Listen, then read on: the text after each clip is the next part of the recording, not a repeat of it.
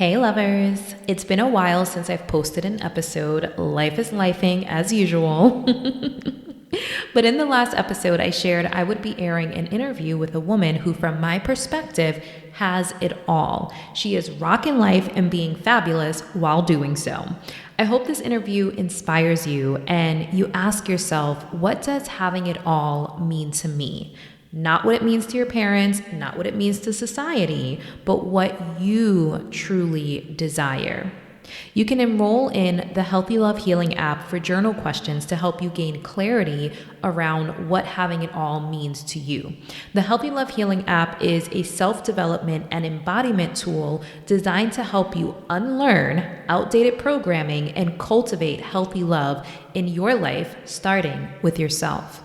It has meditations, inner child healing, and so much more.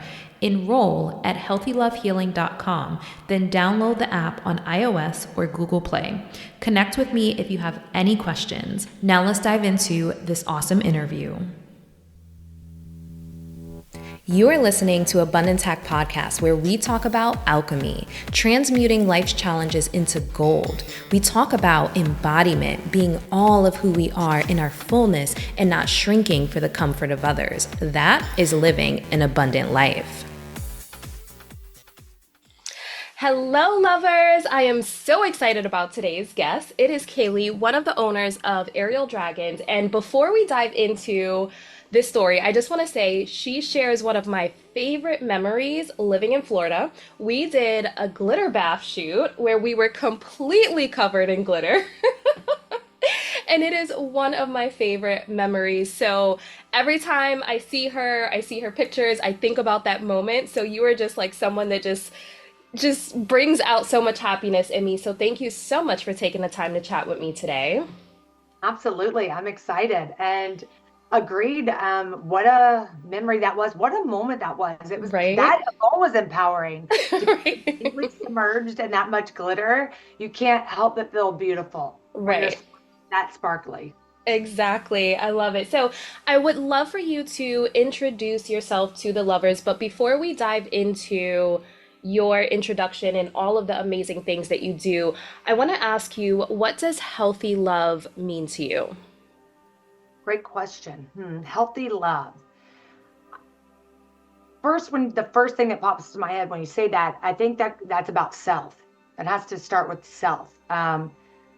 Healthy love looks like, for me, full acceptance of self and allowing yourself to change and grow, and also allowing yourself to show up where you are that day, because each day we do show up a little bit different, and Hmm. allowing grace for the days you're not like your most powerful or 100%. Maybe that day you're only at 85 and that's your best for that day. So I think Hmm. healthy love is allowing yourself to go through the ebb and flow of your different settings maybe. And Hmm. then once that's dialed in and you have acceptance of self and who you are as an individual, and you have set healthy boundaries and you're in that space, that to me is healthy love. And then you are allowed to then, not allowed, but then it's easier to then allow yourself to then find that within another person.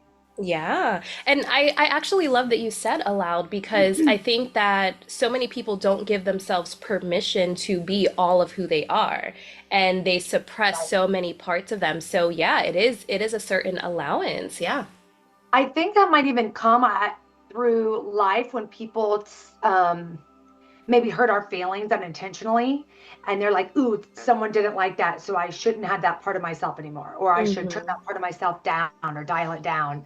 I think that sometimes happens. And that's unfortunate because sometimes we misread someone's intentions, or why are we allowing, or if they were trying to intentionally be mean, why would you allow a mean person to dictate who you are either? So Hmm. I think that's unfortunate that sometimes things maybe happen and then that plays into our insecurities, and then we start to try to turn those aspects of ourselves off, and that's a shame because you have to love all of it to be Hmm. able to find that healthy love. Yes.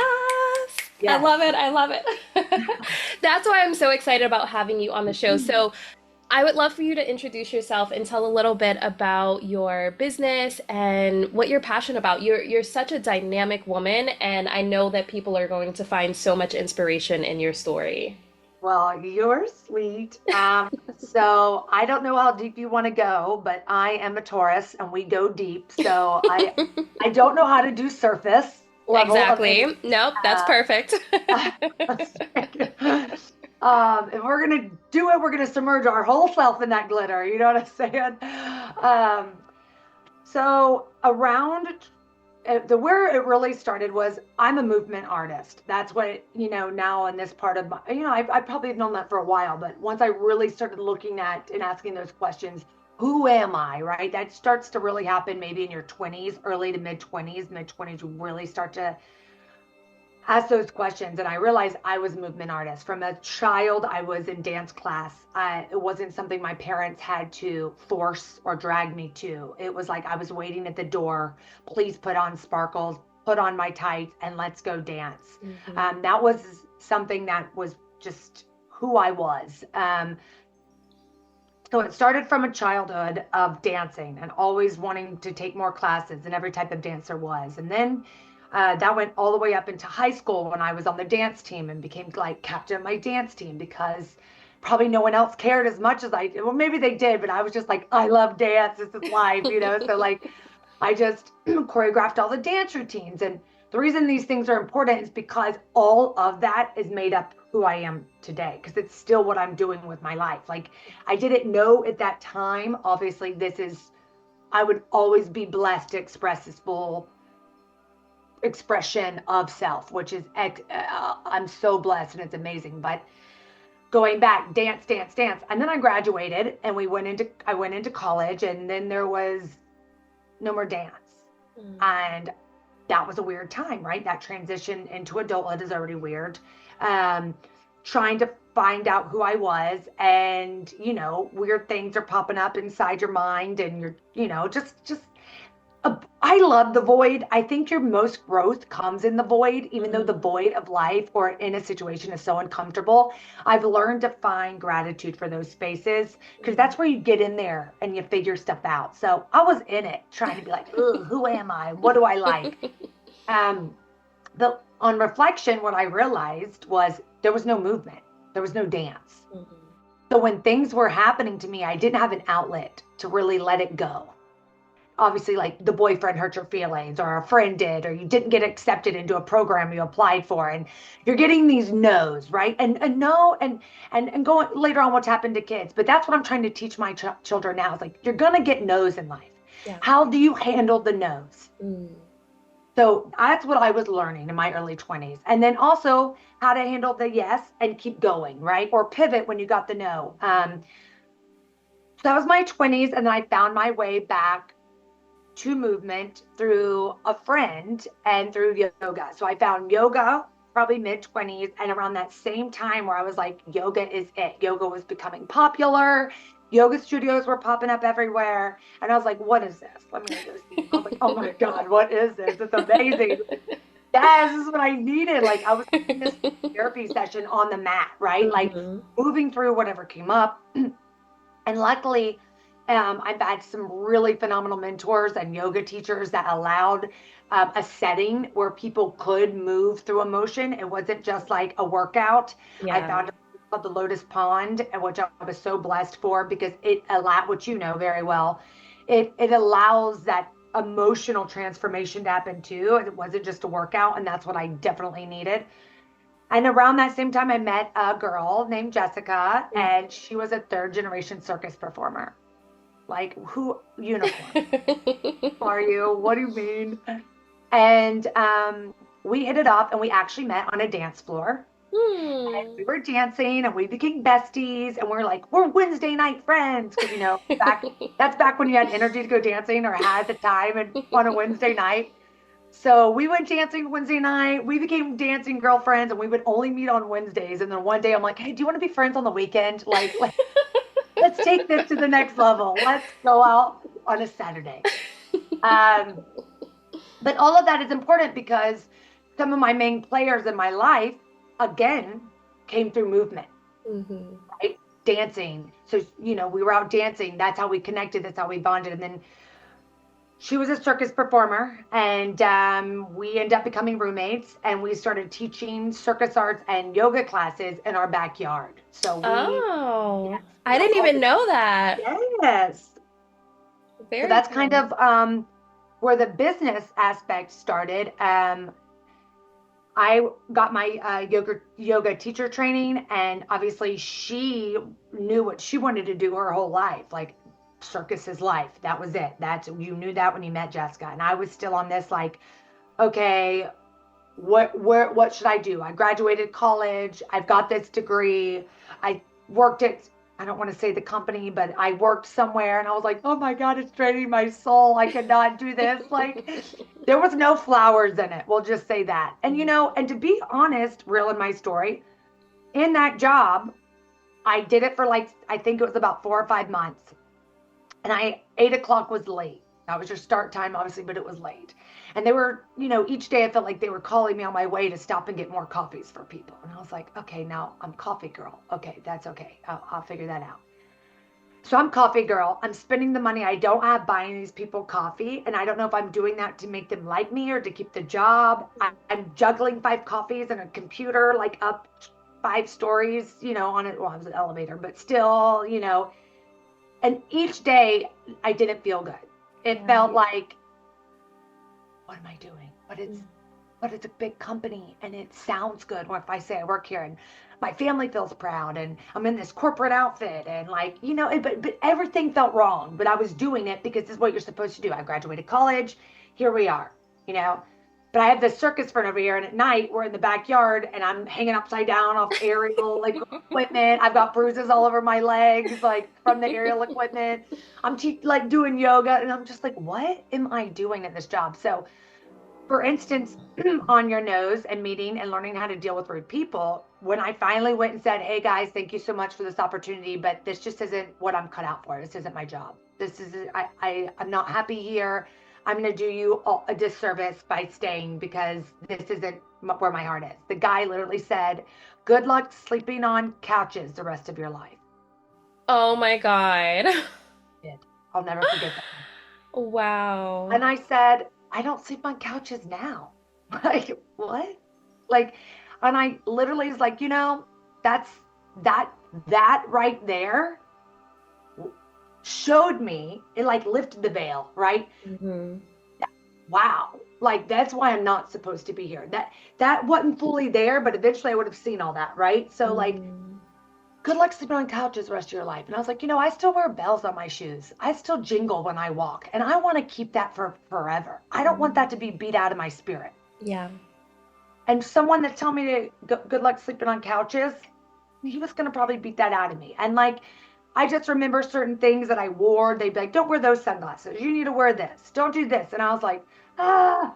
So I understand you got to tone some elements down to kind of weave through life, but you shouldn't have to strip your whole self. Yeah. Because then you're not living an authentic life.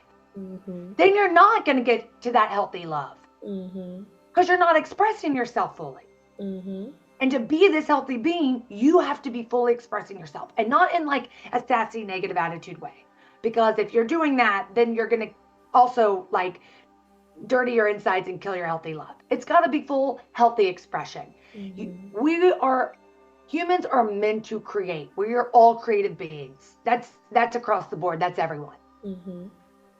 So I feel like you have to find outlets and ways to show that inner self, to express that creativity. And if you're not doing that or getting that outlet, then you're going to have places of insecurity and uncomfortable, like, I guess within the self, you're going to have some uncomfort because, or discomfort, not uncomfort, that's not a word, discomfort, because you're not fully allowing your expression. Mm-hmm. And I think, unfortunately, that's where a lot of people sit. Yeah, it's true. And then that gets, you're not in your full, what they say in yoga, like your dharma, your full expression. Mm-hmm. And then it starts making the things not run as smoothly. So I leave this job. That's when I did the teacher training. After that, fully went into yoga world. Jessica and I became roommates. We start teaching yoga in the backyard. The Lotus Bond hires me. So that was like this huge confident boost. And that's another thing I want to say on healthy love too.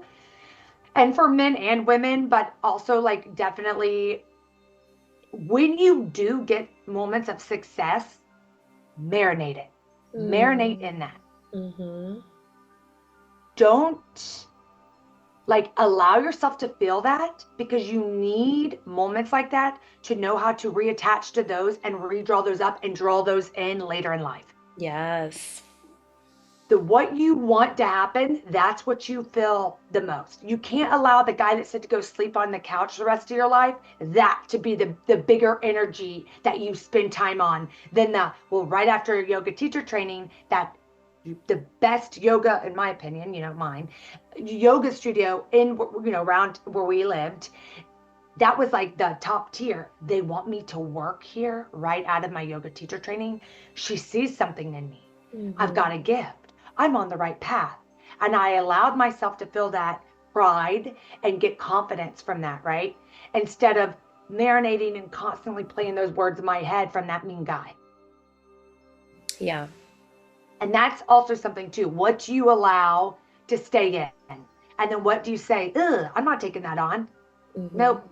Because it's all about training the mind, training the pattern. So I fully basked in like, oh my goodness, I cannot believe it. She wants me to work here. I'm going to do the best job possible.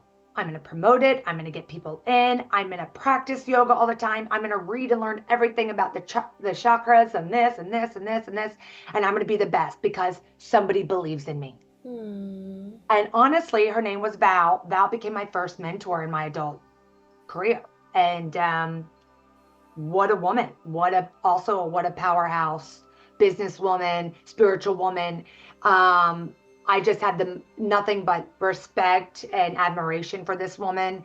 And I don't even know that she knows, but because this woman I respected so much saw something in me, it gave me space to see something more in myself. I love that. And I was craving that, like, what's my direction? So it went yoga. It went movement artist. And at this point, I'm still not even fully aware that that's what I am. I'm just doing, just trying hats on. Does this fit? Nope, not that girl. Okay. Does this fit? A little bit, could be better. And it's almost like if you were dating guys, right? You date somebody and you're like, no, you're lovely, but not the right fit, right? But you got to like date yourself. Take yourself out on different adventures, on different jobs, on different stuff, and be like, oh, that feels good. That doesn't. Now I know. I don't have to do that again. Already did it. That didn't work. Yoga felt right. So I kept putting that hat back on each day. And then, I like to think that really is what propelled everything I am now. So Jessica and I become roommates. She's third generation. She's like, I have this. This is wild. I have this aerial rig that's 20 feet tall that was in my yard when I was a kid. I was like, what? Can we put it in our backyard? I'm like, yeah, we can. So we rent a box truck. We get all of our friends to come over. Next thing you know, we have a 20-foot like aerial rig in our rental house. We did get permission, okay? And that crazy, amazing landlord said yes. Oh, there it was. So we taught out of our house, and like, it was the greatest. It was the greatest. That house, we were called the Girls on Grace. We lived on Grace Street. That house was wild. We had like paintings of like Jimi Hendrix and Bob Marley and Bob Dylan. And we like had record players, and we had a whole room that was called the costume closet. It was the fourth bedroom that we lined the whole room with clothing racks like that were on the wall. I love that. It was called, the closet. And it was just filled with dresses and clothes. And we had a huge table and mirror for the makeup and the shoes. And oddly enough, we shared all of it. Like we shared our clothes. So when we went out on the town, I'd be like, oh, can I wear your new dress? Yeah. Can I wear your shoes? Yeah. So we shared. And that's something we'll touch on later, is the act of sharing and teamwork. Gotta have it. Yeah. Gotta have it in all realms. So that was me learning to coexist, learn how to work with other people's moods, behaviors, things, how to share. Um, that was a really important time in my life, the roommate era, right? You learn a lot through that because you've all got different backgrounds and you can't always be right. People have different, like, the way they clean this, and you have to learn how to have those conversations without blowing up and being nasty.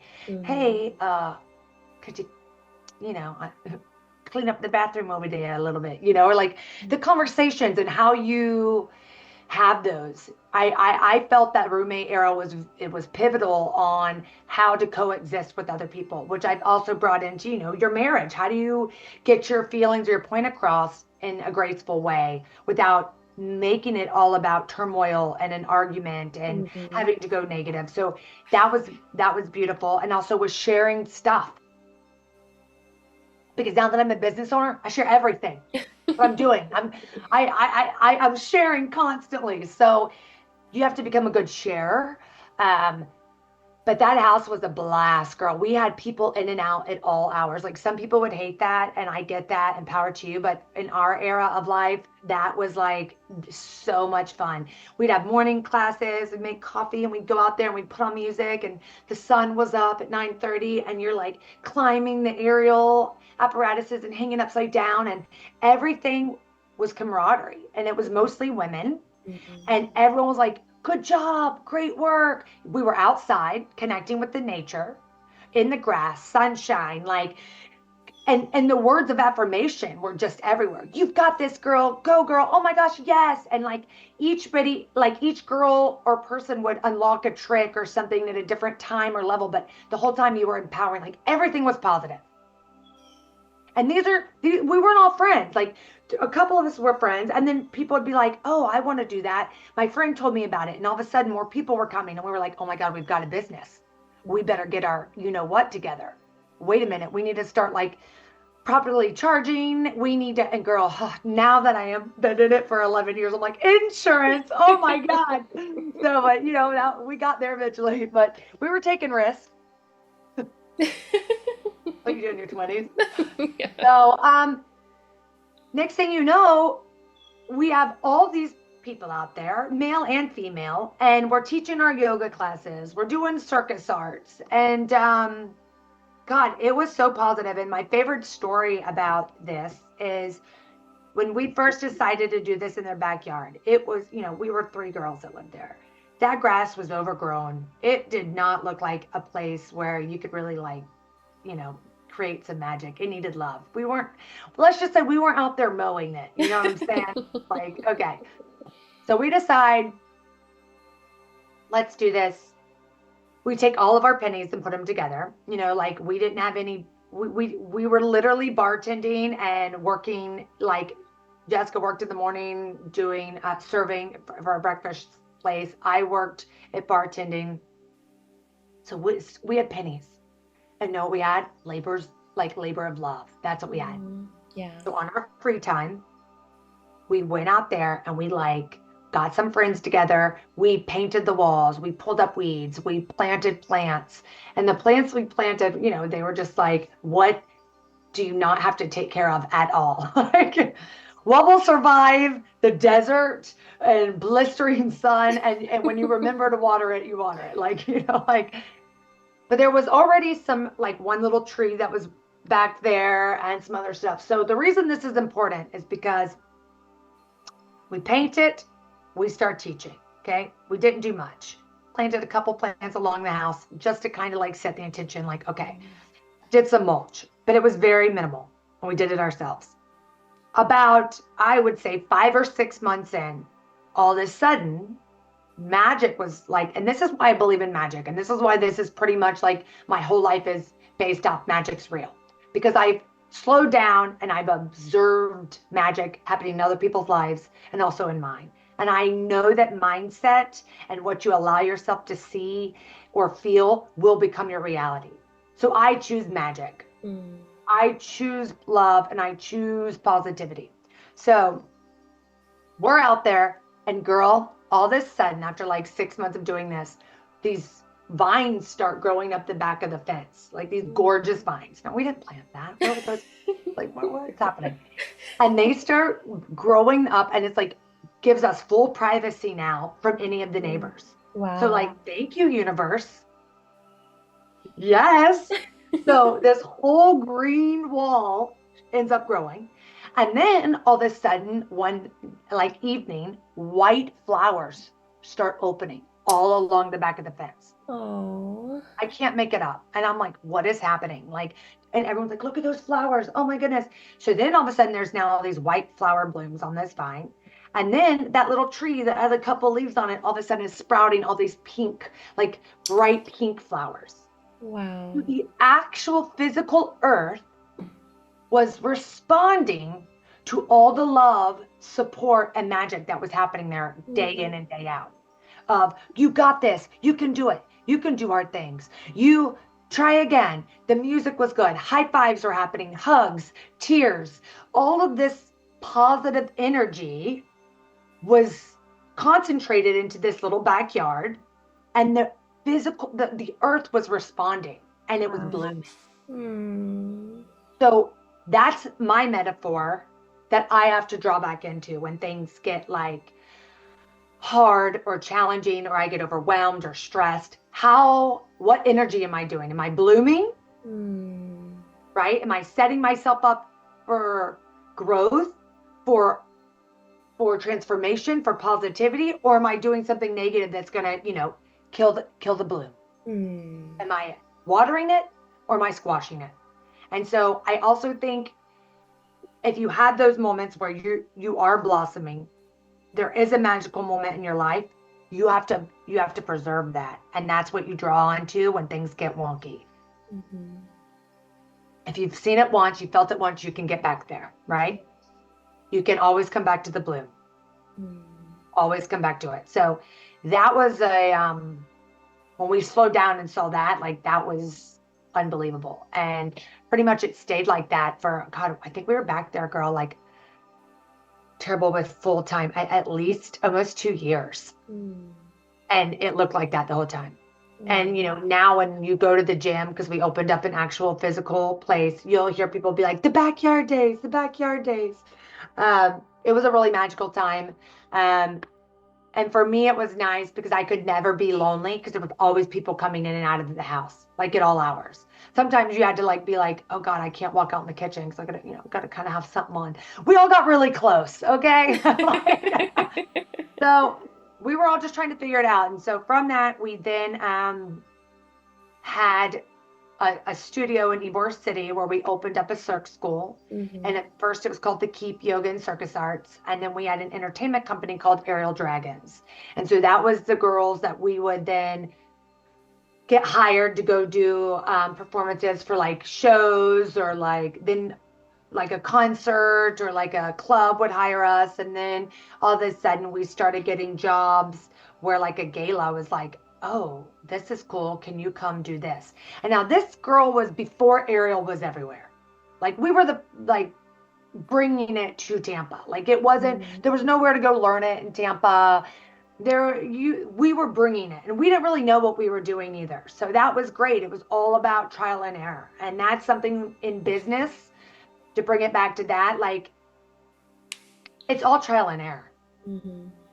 You're just, again, trying hats on, throwing things at the wall. You can plan as much as you want to plan, and then a new situation is going to come up and be like, oh, I didn't think of that. Oh, okay. Oh, okay, I'm doing great. Oops, something weird pops up. Oh, I didn't think of that. How do I handle that? And you have to go back to, okay, I can do hard things. I got this. That was weird. I don't like how that feels. So what's the right decision? And that's, again, where you then pull on community. Luckily, we do have the internet, and you can research things now too. But you pull on different people that you know that are business owners, and you ask for help. Raise your hand and be like, hey, like, you could be like, Kaley, this weird thing popped up in my business. Do you have any random advice that you could give me? Like, maybe you've gone through this. Like, ask other people.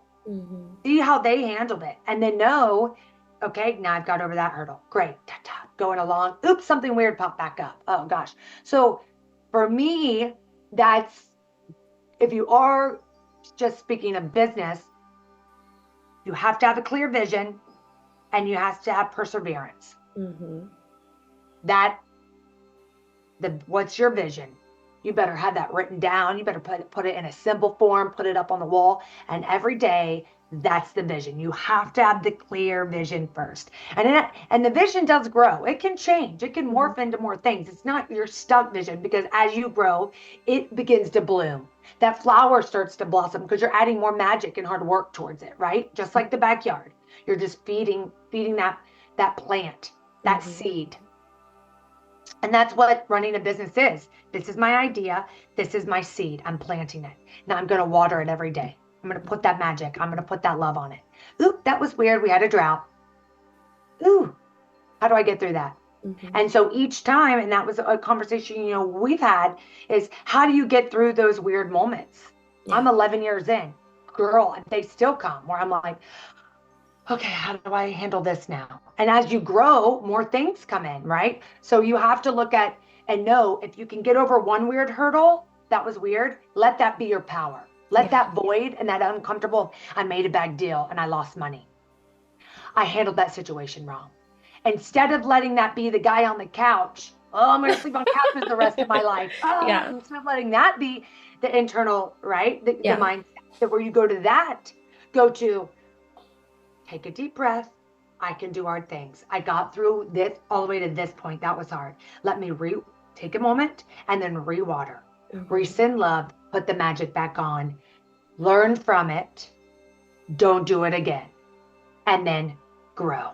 And each time, that void, that uncomfortable, that drought, you then grow again, stronger. The stock gets, sturdier. The base of your brand gets sturdier because you're getting sturdier and stronger. And then when something else happens, you then use that experience of, you know what, I got through that first hard thing. I can get through this. And then that void becomes your strength. That Mhm. becomes your power. I got through that. That sucked.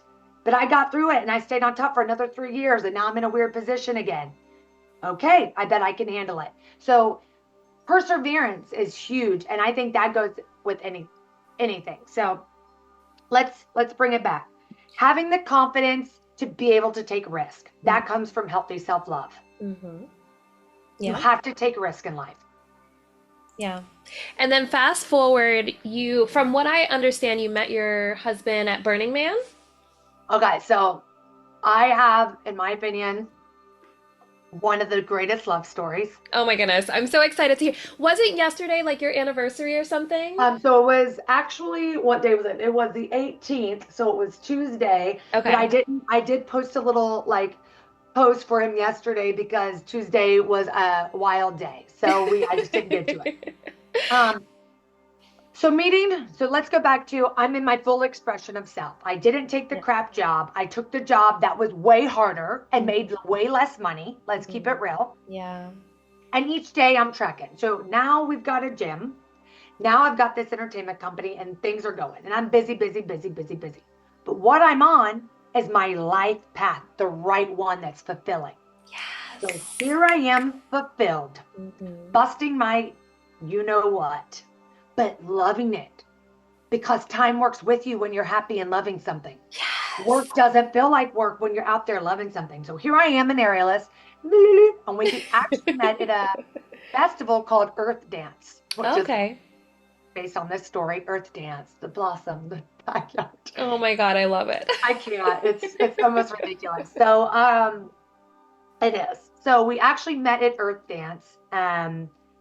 And I was the aerialist with, the aerial dragons. A couple of us were there, and he was there because he was setting up the tents. Girl, circus goes in tents. I can't. Like, I can't. I was like, oh my God. So the way we actually met is, because everything is working with you, if you really do believe that, is a best friend and I, we were going to go to a concert one night. We called an Uber.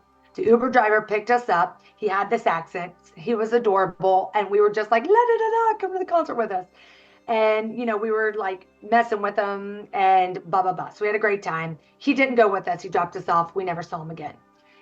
4 or 5 months later, we're at this festival, and I see this guy across the field as we're setting up all our aerial equipment. And I'm like, I know that guy. God, he looks familiar. And at the same time, we look at each other and we go, Uber! And we yell Uber, and we go and we hug. And I have a really big personality, and so I mess with people. And behind him walks up this other guy, my husband. So I hug Uber, and it happens to be my husband's business partner, which is fun. Wow. And here comes my husband, and he looked like he was super thin. He had hair all over his face because he had just got back from Burning Man and was now at this event because he worked at Burning Man. 2 weeks later, he's at Earth Dance. I haven't been to Burning Man yet, but it's on my bucket list. And I had multiple options to go, but it never was right. Wasn't the right time because the universe was making sure I went at the right time, and I'll get to that. So sometimes things that are no's or don't work out or actually because they're protection, right? And that's another thing. Got to learn to deal with those no's because it might be a no out of protection that the universe is working with you to protect you. Even though it was a disappointment then, it later on shows itself of, oh, that's why I was being protected, or I had to wait for the right time. So we're at this music festival, and this guy walks up and he's like, "Hi, I'm Leo," and he's got this accent, and I'm like, "Oh my gosh." And I just was something in my body from that exact moment that was like, oh, ooh, you know what I mean? Like just that. And I was like, oh, that's interesting. I haven't even talked to him.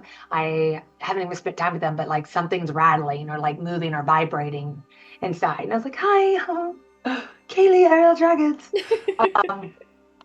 So we do our thing, and all weekend we keep seeing each other and being brought around. And there was definitely a connection.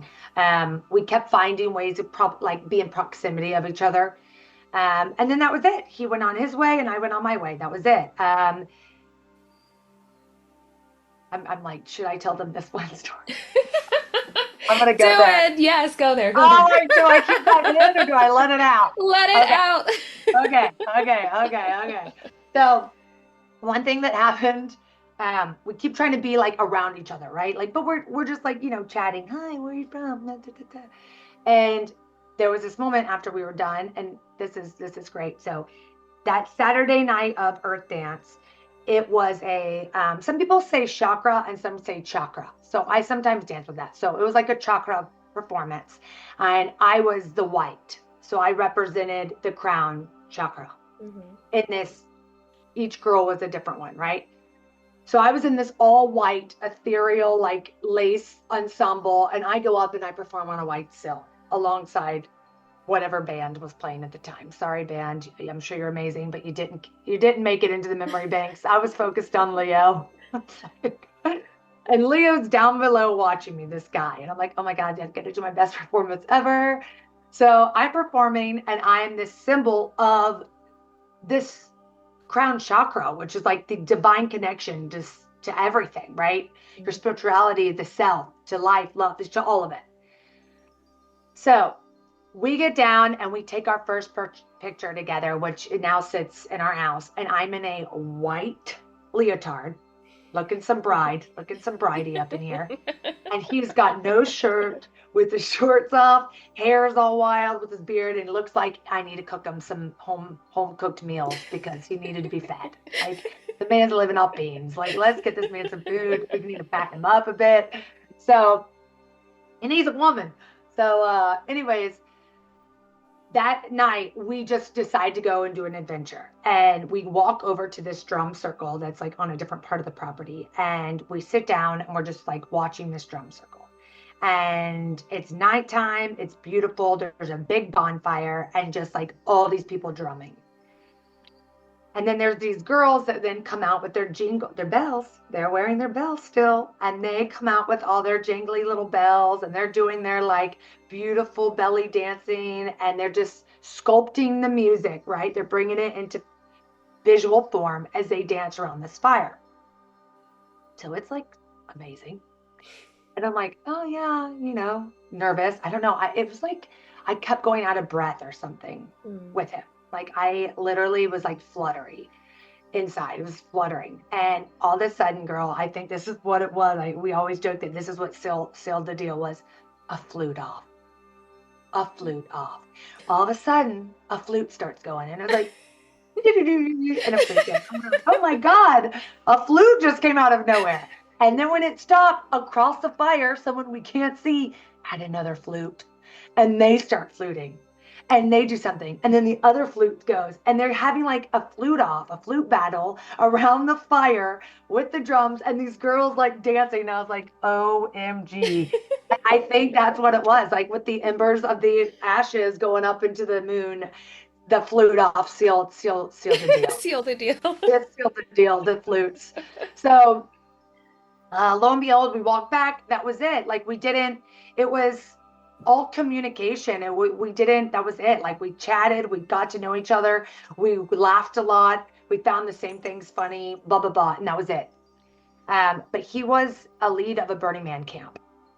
And I'd always wanted to go to Burning Man bucket list. So guess what? He asked, do you guys, I was like, I want to go to Burning Man. He's like, great. Well, at Burning Man, it's a gifting society. It's all up, there's no money there. You have to bring gifts. Like, what are you bringing to the world? What are you bringing to the community? You can't buy a shirt or a jacket or a cocktail or food. It's all gifted. It's just provided once you get there. It's an insane experience. And it's unbelievable how much the playa provides. I mean, God, it got me a husband. So like, like it does provide, the playa provides. So that was like our connection point, was we made a plan, Burning Man, but that was another year away, girl. Like what? Okay, yeah. So Leah went back to South Florida. I'm in Tampa, and I just continue working on myself. I don't let this guy or anything derail me. I'm just still focused. Like, what's the vision? What's my focus? And that's mine. So it doesn't matter what goes on around me, right? This is what I'm doing for myself, and everything else should add to that and make it go faster. So if you get in a relationship or a partnership or a friendship and it slows you down, that is not the right match. Remember that. That I learned. If it is draining your energy and stealing you away from what you love, that isn't where you should be. That is not going to water your garden. Yeah. So you have to be when you are someone that is like, I am made for greatness, and I have something that is special that I want to share with the world, and I know what that is, you protect that at all costs. Yeah. And if anybody comes in and gets jealous of that, tries to slow that down, or brings drama or makes you insecure about it, you get that out. You get that out, and you will know instantly. And you have to admit that to yourself, even if it hurts because you love them. You have to shed that. And you always, anything you shed, you send it love on its way out. Okay? Because that's creating something in your body, a groove in the brain on how you behave and handle situations. So you send it love, you let it go. So going back to that, I'm like trying to shed things, stay on my path. And luckily, Jessica had a shared vision. And that if you are going to have a partnership, you have to check in constantly. Where are we at? And make sure that vision stays the same and it grows together the same. And that also goes with marriage. You have to be back on that same vision, on that same focal point. Do we agree, and are we going in the same direction? And you have to recheck in, right? Constantly. Hey, where are we at? Is this what we still want? Is this where we're still going? What actions are we taking to get there? Right? Refocus. So Jessica and I, we're flying. Dragons are flying at this point. We got the gym. Aerial Dragons is starting to blow up. Ariel overall is starting now to blow up because this Instagram comes up. I'm dating myself. Instagram gets big, and now all of a sudden, Ariel blows up. Right? Now everybody wants to become an aerialist. So girl, we've got people busting out. See, we had so many people in the backyard. One time we counted when there were like 50 people in our yard. We're like, oh my gosh, like this is insane. Wow. And then all of a sudden, like all these charities are somehow finding our number because we didn't know what we were doing. We had no idea. We're like, we'll make, how do you make an LLC? Google, ask people. I have no idea. Okay, LLC, done. What is this number? We didn't file anything. We had no idea like what we were doing. Like, girl, we didn't have a clue. So we were like, okay, EIN number. Okay, we got that. Now we need a website. Let's make it ourselves. Oh God, I wish I would have had screenshots of our first website. Like, I wish I had screenshots to show people. Like, mercy, right? Then it was like, now it's like, it's precious though. That was precious. We had Mhm. no idea what we were doing and we were figuring it out and we were working together. And it was two women working together and we still are partners. Yeah. We still work together. And people are like, you can't go in business with your best friend. Oh, two women. Oh, blah, blah, blah, blah. No, yes, two women. Yes. We can get so much done. We can multitask like mofos. Yes, two women. Yes. Yes, Mm. best friends. Yes. Yeah, and you both have two kids now. So I know I'm Yes. jumping ahead with the story, but Yeah. Yeah. so So like, yeah. And now we had babies that are the same age. We got married and had kids. I yeah. don't even know how we did that at the same time, but like, yes, yes, you can do it because that vision was the same. And do you think that I did not, like, I pissed Jessica off along the way? I did. I know I did. She told me. And vice versa, she did. So, but my love for her was bigger than the thing that pissed me off. Yeah. That vision of what we were doing and what people were getting out of what we were doing was bigger. It was bigger than she pissed me off. So you got Mhm. to also put that pride down. Yes, I'm pissed. You did that and I did not like that and that can't happen again. But I can work together. And that's where that roommate time taught us. How do I put my own pride away?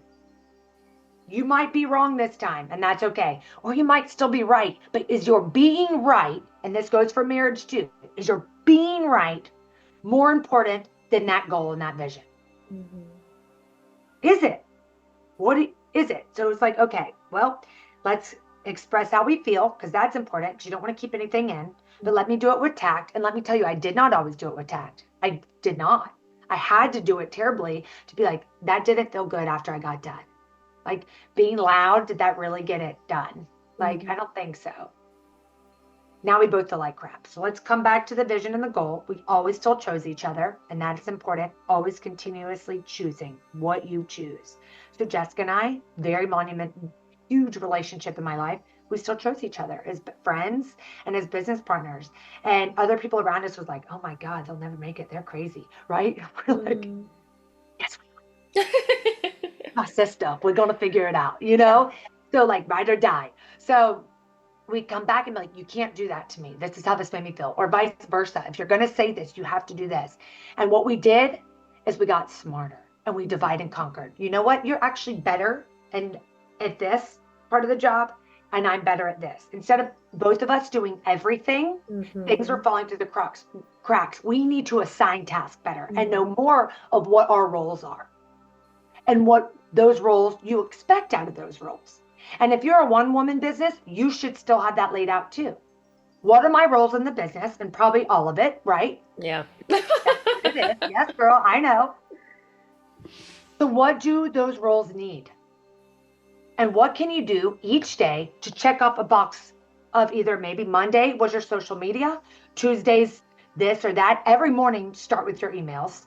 Then maybe I focus on this on Mondays, and then I focus on this on Tuesdays, but at least know what is expected of you in those roles. Yeah. So you can take off the hat and put the right one on to manage that.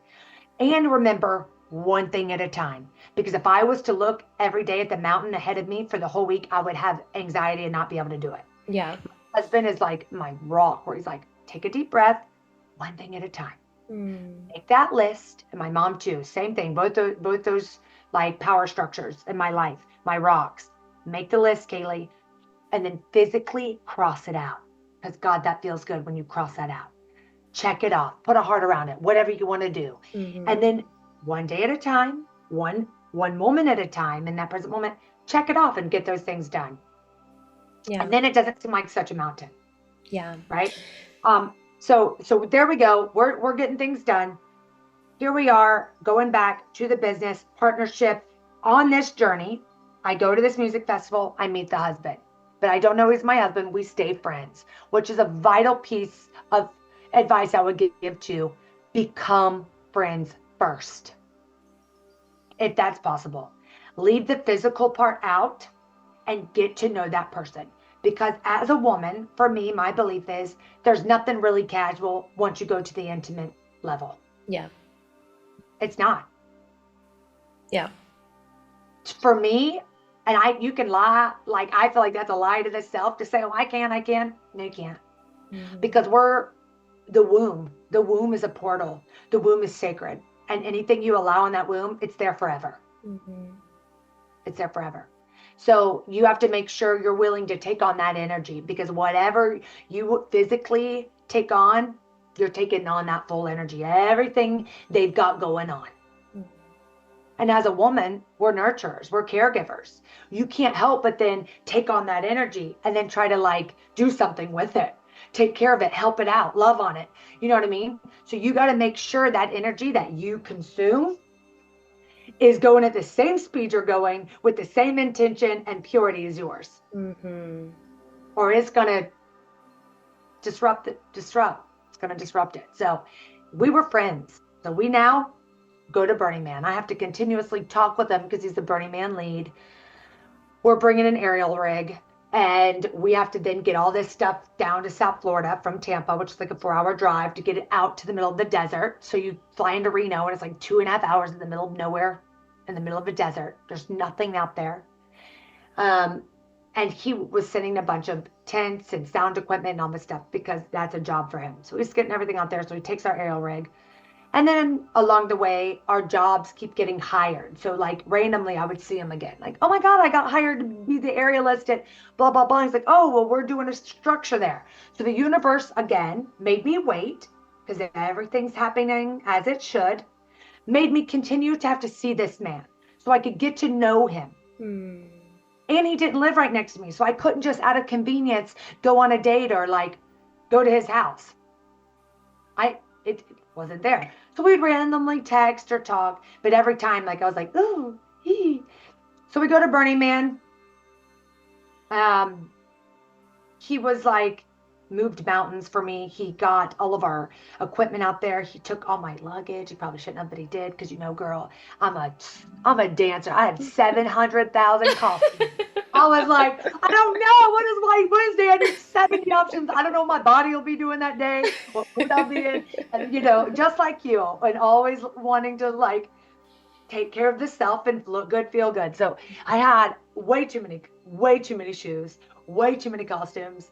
And I didn't know what to expect. So we had all that, my fur coats, all these things. And at Burning Man, we had to work together to build structures to run the camp, because everybody in the camp pulls their weight.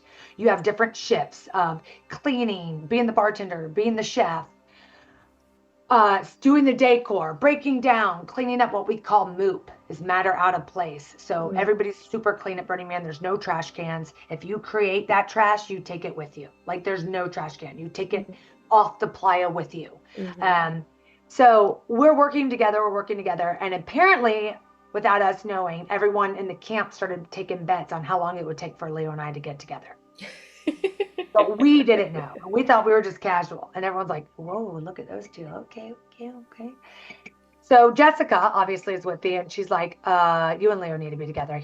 That's your guy. And I was like, no, oh my God. You know, like, whatever. So we come back from Burning Man, still just friends. Okay, girl. We didn't even kiss. Nothing. Again, it wasn't the time, but I was getting to see his full character, because I saw how hard he worked. I saw how he was with other people. I saw how he treated my best friend. I saw how he treated me. This man just brought all my shit from across the entire country, from Florida to the middle of the desert in Reno, with grace, and not like didn't expect anything from me. He's like, whoa, you're doing aerial. That's it. Because he's a nice guy. And ladies, you want a nice guy. There's nothing more attractive. There's nothing better than sweet. Yeah. That's the best. He didn't act like, oh, now you owe me. Right. I did for you. I feel like women have gotten so used to accepting breadcrumbs, like complete and utter breadcrumbs. So I am so glad that you're sharing this. No, he was a nice guy. He's like, no, you're performing your ass off all weekend doing aerial shows for our camp. Thank you. You need this stuff here. It's got to get there. How else are we going to get it there? I'm going to do this for you. Like, it wasn't like, oh, you're going to put gas money towards the semi that's going on. It was like, what? It wasn't like, you're going to buy me dinner now that I did this for you? Or are you going to, you know, something physical because I did this for you? It was like, no expectation. Just like a nice guy. Through and through, nice guy. I mean, this guy organized our bike. Well, I mean, just like unbelievable. So I'm like, oh my God, he's so amazing. So at Burning Man, I literally, there was a moment I look up and Leo is glowing. I'll not explain it. I've never seen another man do this. I've never seen another human, but he was like literally like glowing, like he could have glown in the dark with no light on him, just glowing. And I was like, oh my God, there's something. And I was so nervous by that feeling. I didn't want to mess it up. I didn't want to be too forward. I also didn't want to be rejected. Yeah. Right? Yeah. So I was like, ooh, just play it cool. But don't be needy, because you didn't come to Burning Man for this man. You came to Burning Man for yourself. He just happens to be a bonus. So instead of being consumed with, I like this guy, what is he doing at Burning Man? Is he with another girl? Is he flirting? Of course I didn't want to see that. And did he? Yes, he flirted with another girl. Oh God. And you know what I did? Got on my bike and started biking, because some girl was like, hey, fair enough, he's single. I don't own him.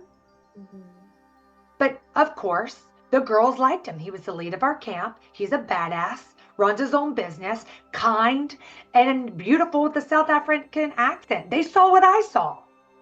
He might not have been glowing to them, but they definitely saw a catch, you know? So like, this girl was flirting on him, and he's like, hey, Kaley, come sit over here with us. And I sit down, and I could feel my body completely in negative and a bad mood. This girl, like, it wasn't good. And I'm like, this isn't why you came to Burning Man. I was like, all right, guys, have a good one. Went and got on my bike, got out of that energy, start biking by myself into the open playa.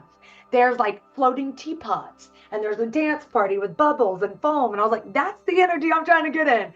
So that goes back to move yourself out of stuff that doesn't feel right. Bike on out of there, girls. Get on out of there. Get on that bike. Go find the bubbles. Back to the magic. So I'm dancing. I'm having a good time. Back to the magic every time. So then I end up in some like meditation dome tent, and I do something like super like spiritual and connecting there. Get out of that. Come back to the tent. We have a great Burning Man. That's it. Done. 2 weeks later, guess where we are, girl? Earth Dance. His company got hired. That's where we met the year before. My company got hired. So our agreement was he was going to bring all my aerial equipment back to Lakeland, Florida, so we could meet, so I could get all my equipment, so we could do this job. What a man. What a man. No, again, well, you're going to owe me money if I drive this up. What you going to? No, none of that. Just, okay, deal. So this man, if you ever go to Burning Man, you're really going to see how monumental this is. I pack up all my stuff, but it's just like, it's literally like a coffin, and it's so heavy of a rigging equipment. My liras, my stuff, my, like, just so much stuff, girl, and it's so dusty. It's just like white, everything white and dusty. He packs all this stuff up for us. Make sure he didn't get it. Got it out of the middle of the desert and all the way back to Lakeland, Florida. I mean, that's across the whole country, girl. Yeah. Like what? So now we're at Earth Dance. We meet. Get there.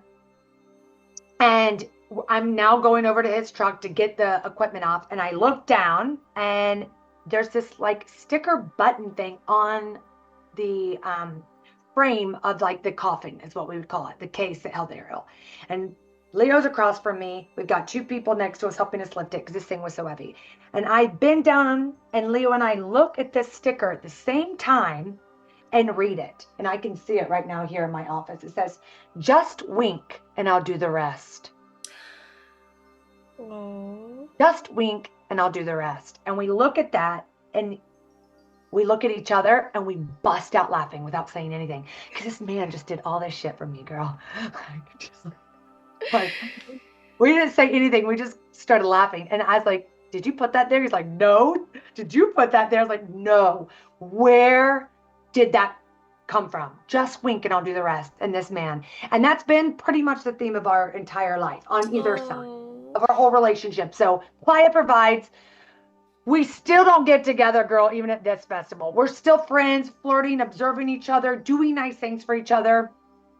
Lo and behold, a couple months later, we get together. I go and visit him, and we had our first kiss, and we were married 6 months later. Hmm. And now we've had 3 weddings. We had our first wedding, we had a ceremony at Burning Man, and then we had another ceremony like 2 years later where we invited all of his friends because Leo was a yacht captain. So he's got people all over the world Hmm. that are his friends, and then all of his family and people had to come from South Africa. So that took a little, that wedding had to be, set back a little bit to give people time to plan and travel. And we pretty much had like a music festival wedding for a weekend, and it was amazing and blah, blah, blah. So here we are. So my point is, I met the man of my dreams on my path where I was in my full expression of self, doing what I loved, working for myself. Was it easy? No, God, I was like broke and working 24/7 and still bartending at night to actually pay for my bills because the business wasn't making money yet. Hustling all day, every day. But on that, met this man who was also in his hustle stage, doing the same thing, making the same sacrifices as I was. We matched. We didn't rush into anything. We kept our focus, ourselves, what we needed to do to be successful and fulfilled, but allowed each other to, like, float in here and there respectfully. He never gave me a red flag, because if they do, then there's your answer. No red flags. Kind, respectful, gentleman, a giver, sweet. Again, I cannot stress enough. Sweet is the best quality in a man or a partner. Whatever it is you're attracted to, sweet. Nothing beats sweet. He was sweet, especially then when you have kids. God, you need sweet. Just life is so much sweeter, right? Sweeter with sweet. Like, we want people to be sweet to us. Like, life can be brutal. Like, I need you to Yeah. be sweet. Yeah. I need sweetness. Hold me, So here we are. When you're doing what you're supposed to be doing with your life, with your career, that's really expressing your soul, you're going to meet that right partner. Because you have to be what you want to attract. So if you make a list of everything you want in a man or a woman, whatever it is, and you're like, they better be responsible, they better be educated, they better be self-motivated, they better be sweet, they better be this, fit, healthy, this, you better be all that yourself. You better check all those boxes off yourself before you can attract that. Before you can get that mirror. So you can't expect this person you're looking for to be this magical creature that has all these things, but you're over here not doing that. You hate your job, you're negative, you're rude, you're flicking people off on the way to work. Like, you're not healthy mentally or physically or spiritually, but you're not even motivated. Like, then you can't expect you're going to attract a mate that is all those things. So you focus on that self-love, that healthy love. Check all your boxes off first. Whoever you want to marry, go be that person. Be that person, check off those boxes, and then you can attract it. And then when you do, don't be in a space of scarcity of, oh, I got to lock that in and have that right now. No, like, let it blossom. Give it the love. Water it. Let it grow naturally. Observe it for a moment to make sure you really want to give your precious time to it. Because that is the one thing that is really precious above all, is time. Right? So now, do you want to put your time on that? Yes, I do. Okay, I'm going to give a little bit more. I'm going to give a little bit more. I'm going to allow a little bit more in. I'm going to give a little more.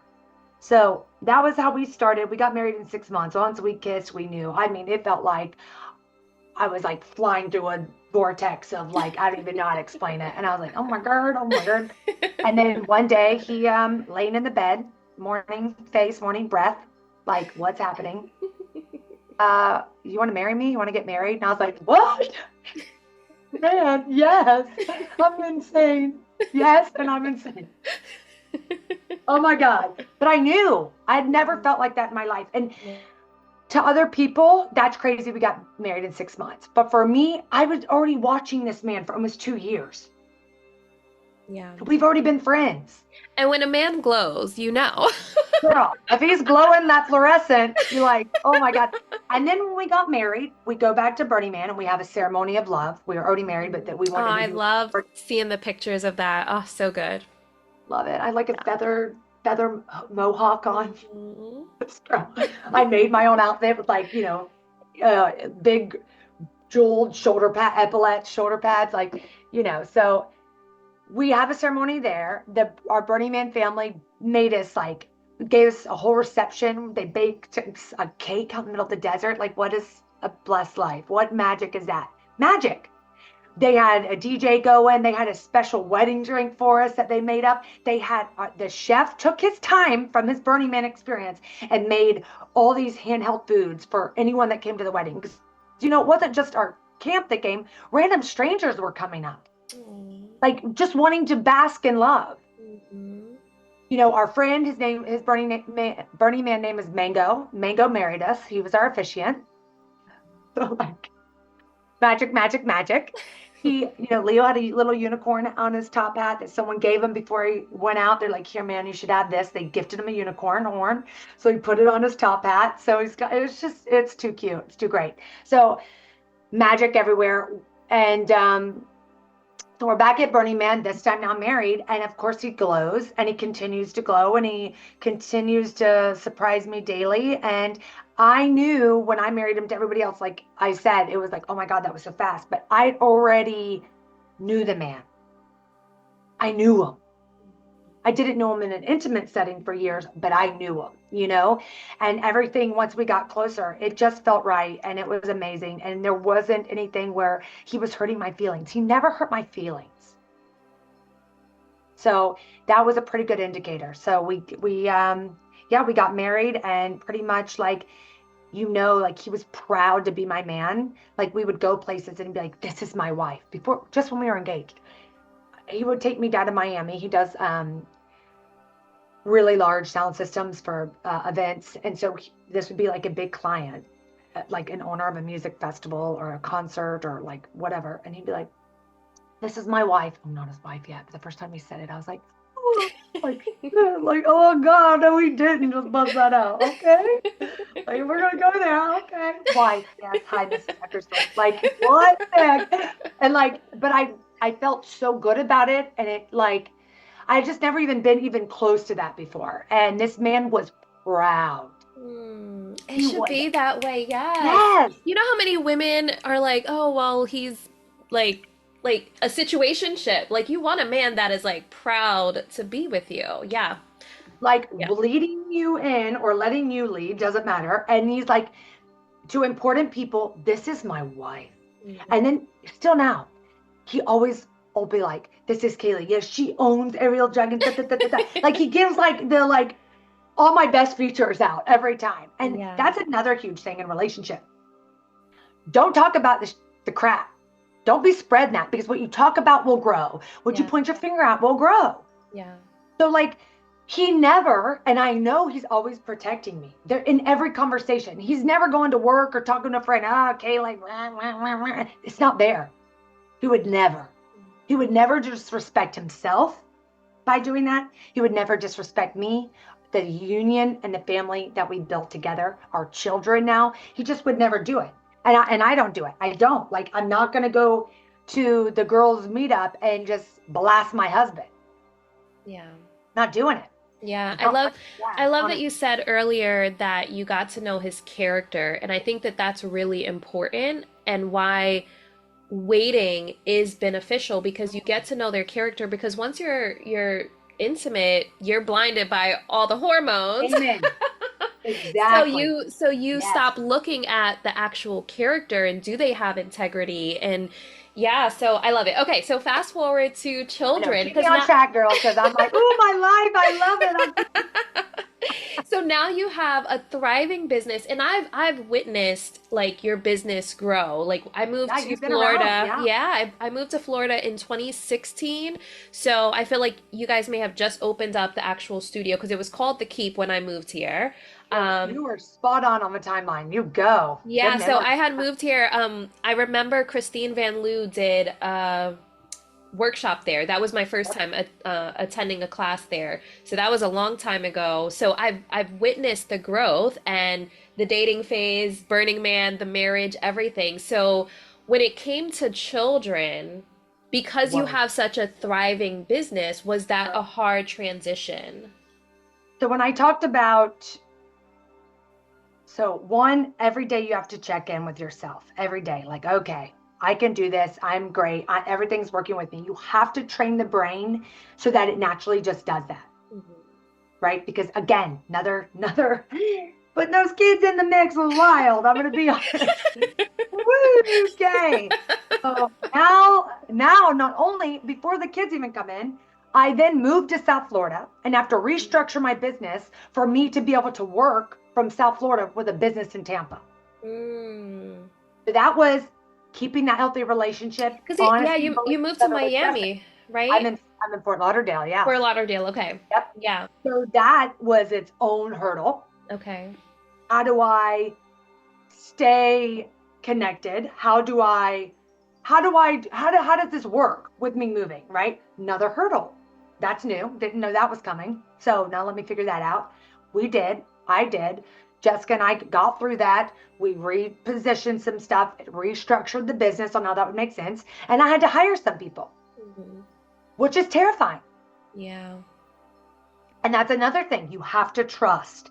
And a thing in business that I've learned, if someone's not making you money, they cannot stay in your business. Mhm. So if you're hiring somebody and you're like, oh, how am I going to pay them? How am I going to pay them? Oh God. And they should be paying for themselves. They're either giving you more time to work, Mhm. right? Or they're bringing the actual money. It's either giving you the space because they're doing stuff that would be on your plate so you can go make the sale, right? Or they're making whatever the sale or whatever they need to do to actually bring in the dollar. So if someone is in your business and they are not bringing in enough money to cover not only what they make, but then 3 times it at least, can't have them in your business. Also hard, especially as women, because we connect and we love people and then we get to know their stories and you're like, you want them to succeed. And just sometimes it just doesn't work out. Yeah. And that's hard as a business owner. And as a woman, I've learned to take the emotion out. And that's where my rock and my husband and my soundboard that I trust with my life. This is what I'm facing is I take the emotion out. And what would not Kaley do? Because Kaley would like give them everything and be there forever and support the girl, or the guy or whoever, because I'm, a lover and I see the best in everybody. But if you take her out of there and you made aerial dragons this own identity, what would Ariel Dragon say to do? Mhm. That's definitely a different decision than this girl over here. Yeah. If I take the emotion out, what would I do? So then I hired some people, and that's a whole new thing you'll learn with your business of who to keep, what is their role. So get that dialed out. Or dialed in. They need to know exactly their role and their expectations because that gives them confidence too. When someone works for you and they don't know exactly what they're doing or what they want, they start to feel insecure and uncomfortable. And I've had to learn that too. Where I maybe didn't give them enough guidance or structure of this is your job. Because then they were like, oh, I don't know exactly what she wants or exactly what I should be doing. And then they're overwhelmed. So they need to know exactly what they are meant to be doing, right? And what you expect of them. So you got to get that dialed in. So I learned all that process. I moved. South Florida, life's going. Pandemic hits. Oh yeah. That's so great for an entertainment company, let me tell you. God. Oh yeah. Oh girl. So I get pregnant at Burning Man. Fast forward, not that ceremony one, the following one. Bloop. So now we're in 2019. We've had our 3rd ceremony of love earlier that year in April. This whole family came. Our families got to meet. It was beautiful. We got married at a place called Chosen, which if you ever get the chance, you would thrive there, girl, with your meditation bowls. You would love it. Oh, it has the domes and Yes. yes, I'm familiar with it. I looked into it for a retreat. But anyway, keep going. No, 100% you should do a retreat there. Yes. And they do have their own retreats there. So it's called Chosen Retreats. It's gorgeous. That's where we got married. Like, girl, Ah. it's amazing. So our families are all staying in these domes and we had some glamping tents and it was magic. So we're there, we did the thing. And that was in that April of 2019. And in that year at Burning Man, the last day at Burning Man, this girl gifts me a pendant, which is the Burning Man holding a baby burning man. Girl, stop. I can't. The magic. The I'm like, magic. what's happening? And I was like, oh my God, this is gorgeous. She doesn't know I'm trying to have, she didn't know we were like, because once that April came, I'm like, okay, We're going to just see what happens. We'll start trying for babies. Last day of Burning Man that Sunday, I get a gold pendant with a Burning Man holding the baby Burning Man. And I'm like, or a baby burner. I was like, oh my God, this is wild. Like how amazing and synchronicity. Like, oh my God, like this is insane. So lo and behold, I find out the next month I'm pregnant. So somewhere within that time frame, I got pregnant. And 2019, I'm pregnant. It's amazing. I was so blessed. I had such a great pregnancy. Boom, 2020. We're in a pandemic. My business is falling apart. There's no events. I'm pregnant left and right. People are like, you can't see your grandparents. You can't go anywhere. I'm pregnant. I don't want to get COVID. People are trying to push vaccines down my throat while I'm pregnant. I'm terrified. Literally, I'm like, what are we going to do for like money? My husband is in events. I'm in events. Like there's no events. Yeah. Wow. Like you go into your doctor's appointment, you have to have a mask. Everyone's like stationed outside. You have to wait in your car. They call you, like just wild times. And we all went through it together. And I hope to God, I like to look at it that it made us closer. And I hope that we don't get torn apart with like, that's a whole nother conversation, that we all really all on this planet together. We are really all working together. We have to make it work all together, all of us. So that was so clear in the pandemic, the whole world going through that together. And what a time.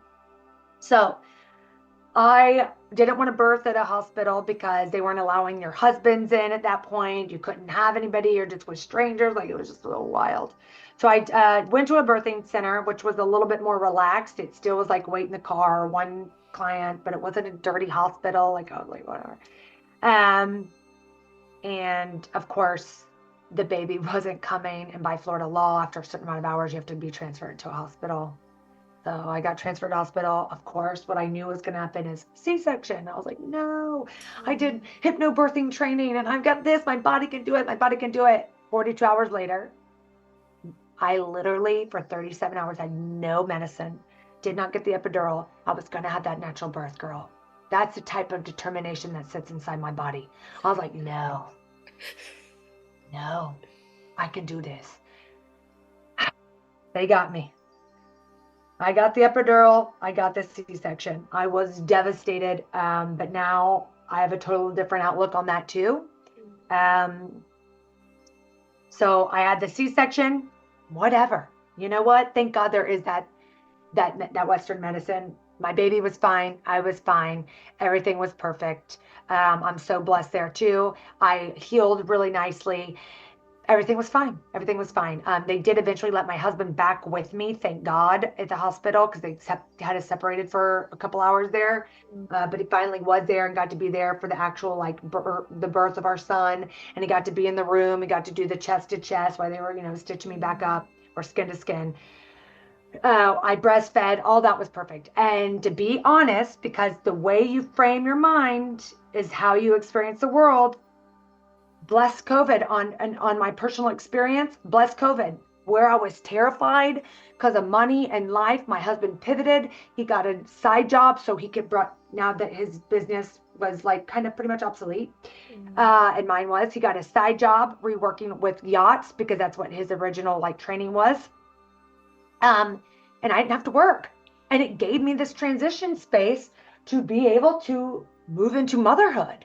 Yeah. So it was where it seemed devastating. We figured it out and it gave me this time to slow down. So like, yes, COVID was terrible. Yes, a lot of terrible things happened, but from my own personal experience, it gave me the transition from girl, woman, right? Because I still feel like you can kind of be a girl before you have a kid, into motherhood. Yeah. And what a hat and a role that is. That's the most transformative experience of your entire life.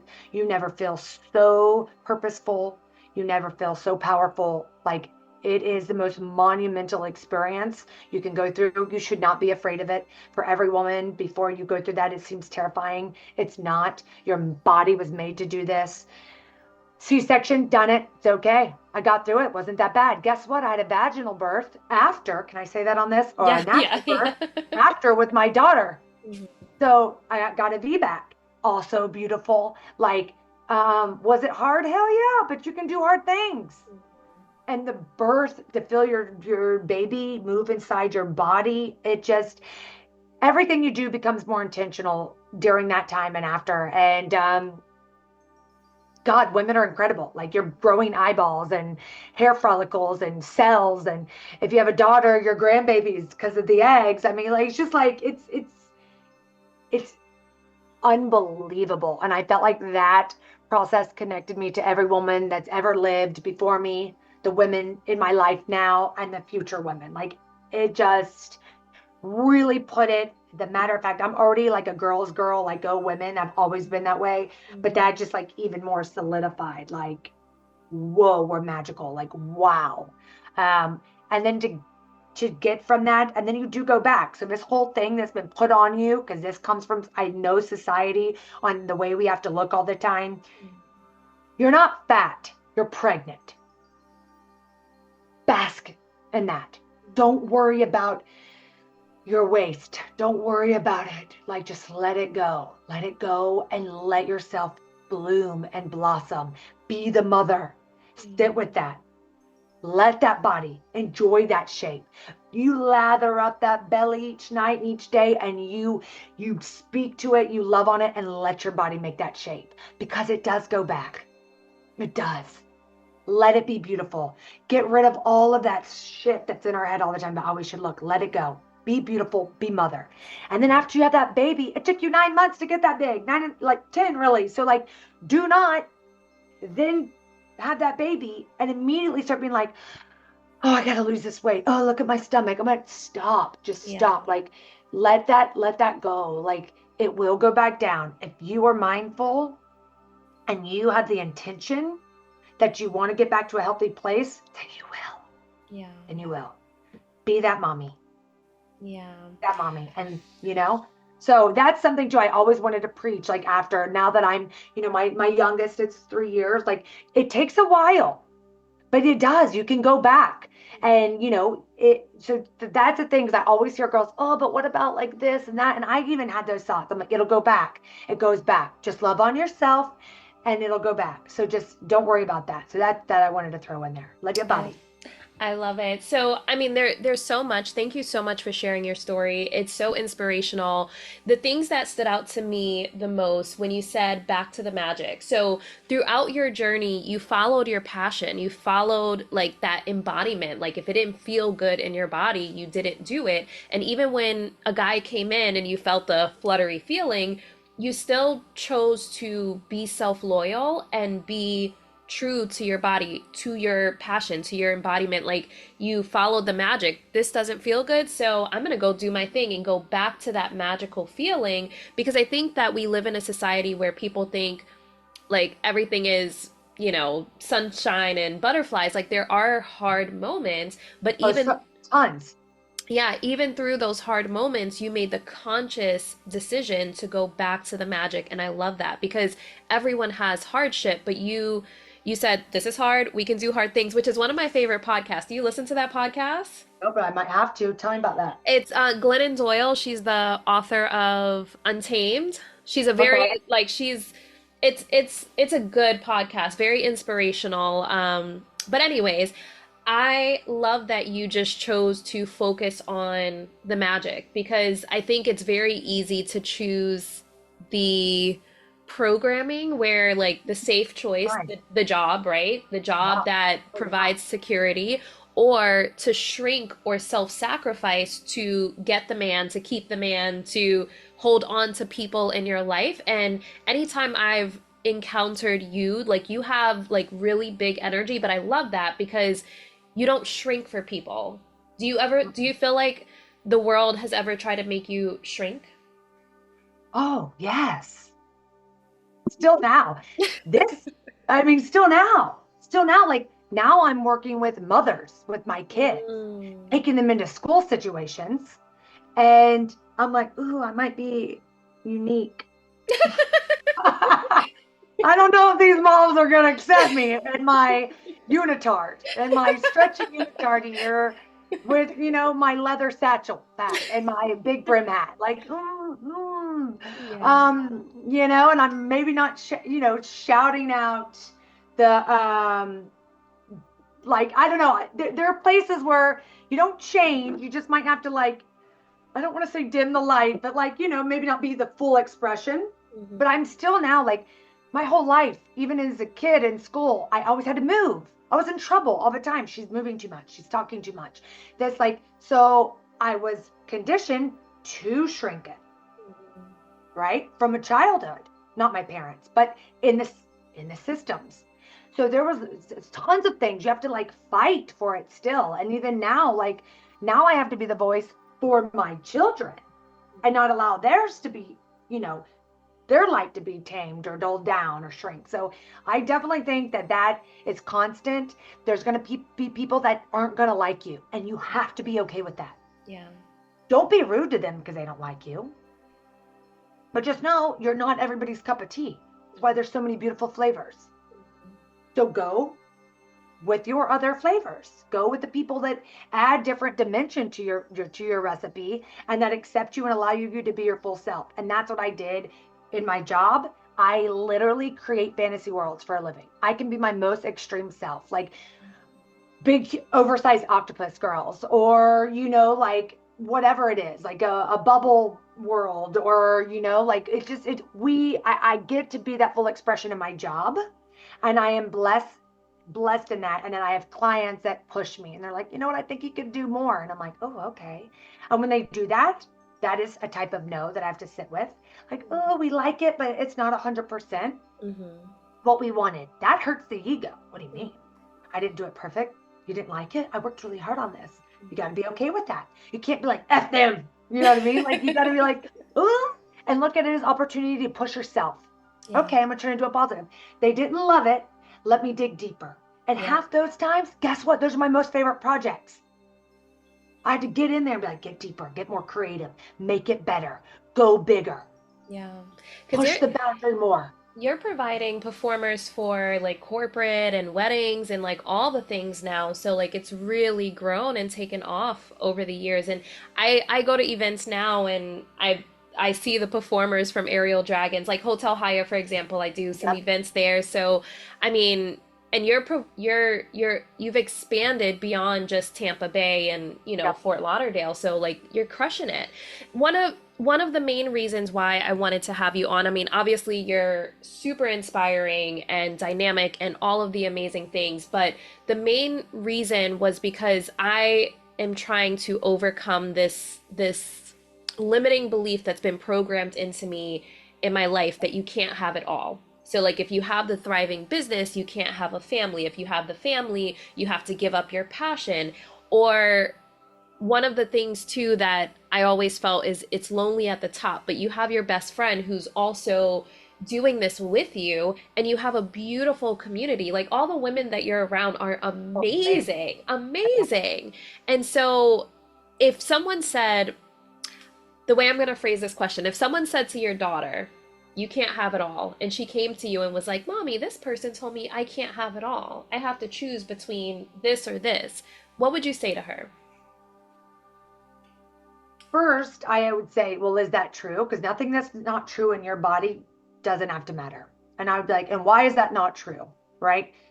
Because you are your main character. So what would you want your main character to experience? You're writing the story. So write it as if she gets it all. And it's not lonely at the top. You know why? Because the top, and I mentioned on this earlier, is collaborative. Your team better be amazing, right? You picked and chose them. You want people that are smarter than you on your team. You want people that are more creative, that are better, that can handle like whatever it is. You have to have a team that you built that is collaborative.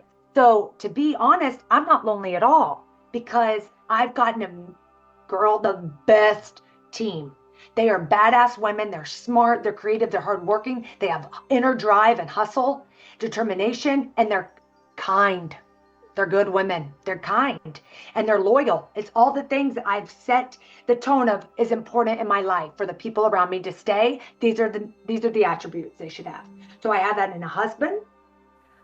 I have that in my team. So I'm not lonely. These girls now are turning into my family, right? So like they're amazing, and I trust them to do their jobs. I do check-ins. They tell me when things aren't working, and I have to be open. Going back to that roommate time to be able to hear hard things, right? And from the client, oh, they don't agree, they don't want this. Well, let's chat it out and get to why I came up with this, and what can we do to make you feel better with it, right? So it's not lonely at the top. By that point, you'll have a team, and they're amazing, and they give you power and pride, right? Because watching them work together and do something and bring that vision that you had 11 years ago to life, it's so fulfilling that I don't even have to go to certain events now, like at all, and they're working and they're functioning. That's success. Let me bask in that moment. They just sold an event. They're doing Red Bull or whatever it is. I don't even have to go. That's success. That feels good. And then back to the question with the daughter. Okay. If you're living your life is what you put out, you get back, then you can have it all. Be a good boss. Be a good person. Be a good partner. Pay attention.